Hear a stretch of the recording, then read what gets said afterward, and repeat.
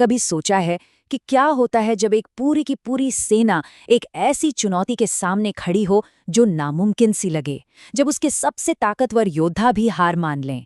ये कहानी ठीक वैसे ही एक पल से शुरू होती है, जहां एक विशाल सागर के किनारे सिर्फ और सिर्फ हताशा छाई है और एक भूले बिसरे नायक को जगाने की सख्त जरूरत है।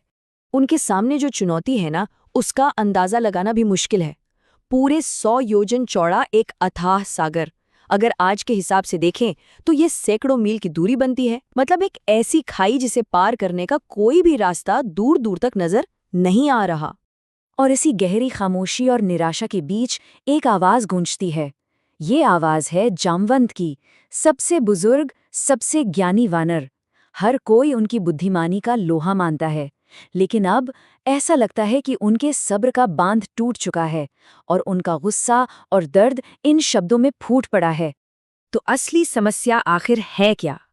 इतने सारे महान और शक्तिशाली योद्धाओं के बीच क्या सच में कोई भी ऐसा नहीं जो इस विशाल सागर को लांघने की हिम्मत और शक्ति दोनों रखता हो?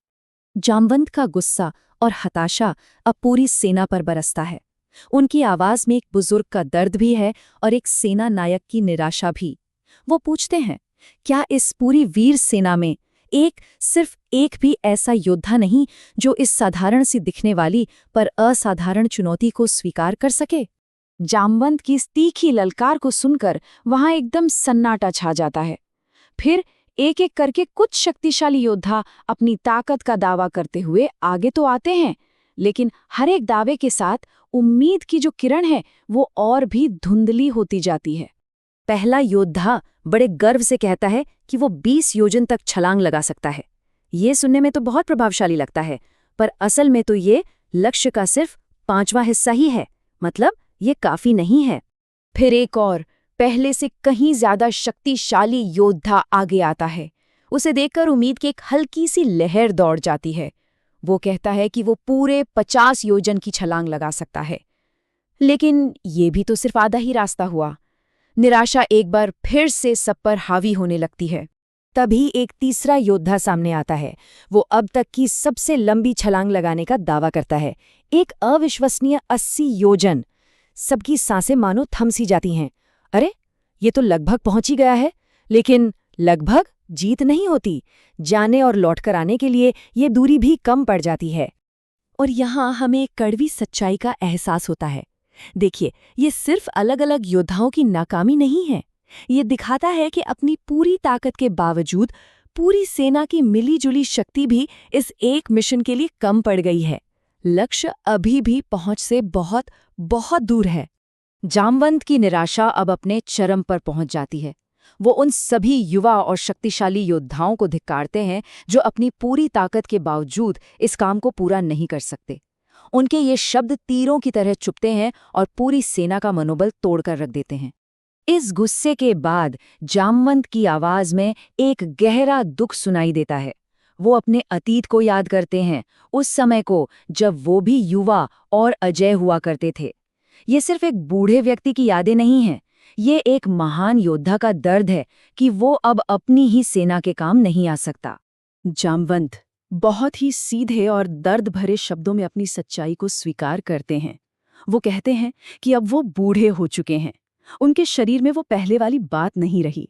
सोचिए, एक इतने शक्तिशाली योद्धा का अपनी कमजोरी को इस तरह स्वीकार करना एक बहुत ही मार्मिक क्षण है। और उनकी इस बात का असली वजन तब समझ आता है जब हम उनके अतीत को देखते हैं। जरा कल्पना कीजिए, अपनी जवानी में जब भगवान विष्णु ने वामन अवतार में अपना वो विराट त्रिविक्रम रूप दिखाया था, एक ऐसा रूप जो पूरे ब्रह्मांड को नाप सकता था, तब इसी जामवंत ने कुछ ही पलों में उनके उस विशाल शरीर की 7 परिक्रमाएं कर ली थीं। और आज वो 100 योजन का सागर पार करने में भी असमर्थ हैं। ये तुलना साफ बताती है कि स्थिति कितनी गंभीर है। अब जब सारे रास्ते बंद होते दिख रहे हैं, तो एक नायक की खोज और भी ज्यादा जरूरी हो जाती है। समय तेजी से निकलता जा रहा है और अब कुछ आखिरी और बहुत जोखिम भरे विकल्पों पर विचार किया जा रहा है।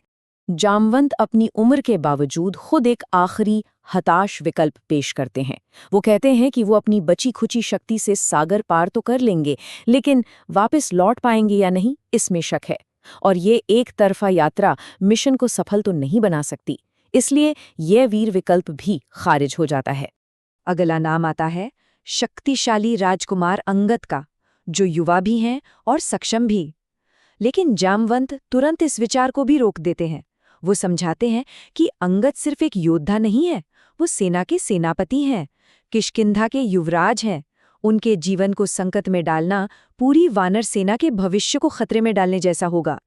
तो जब सारे रास्ते बंद हो जाते हैं, सारे योद्धा अपनी सीमाएं बता चुके होते हैं, तब उस गहरे सन्नाटे में एक बहुत जरूरी एहसास जन्म लेता है। एक ऐसा योद्धा है जिसे सब भूल चुके हैं। यही वो सवाल है जो अब हवा में तैर रहा है, हर एक वानर के मन में गूंज रहा है। अगर जामवंत नहीं, अंगद नहीं और कोई दूसरा योद्धा भी नहीं, तो आखिर कौन है वो जो इस असंभव काम को संभव कर दिखाएगा? और इसी निराशा के बीच अंगद एक ऐसा सवाल पूछते हैं जो पूरी चर्चा की दिशा ही बदल देता है। एक ऐसा सवाल जो अब तक पूछना हर कोई भूल गया था।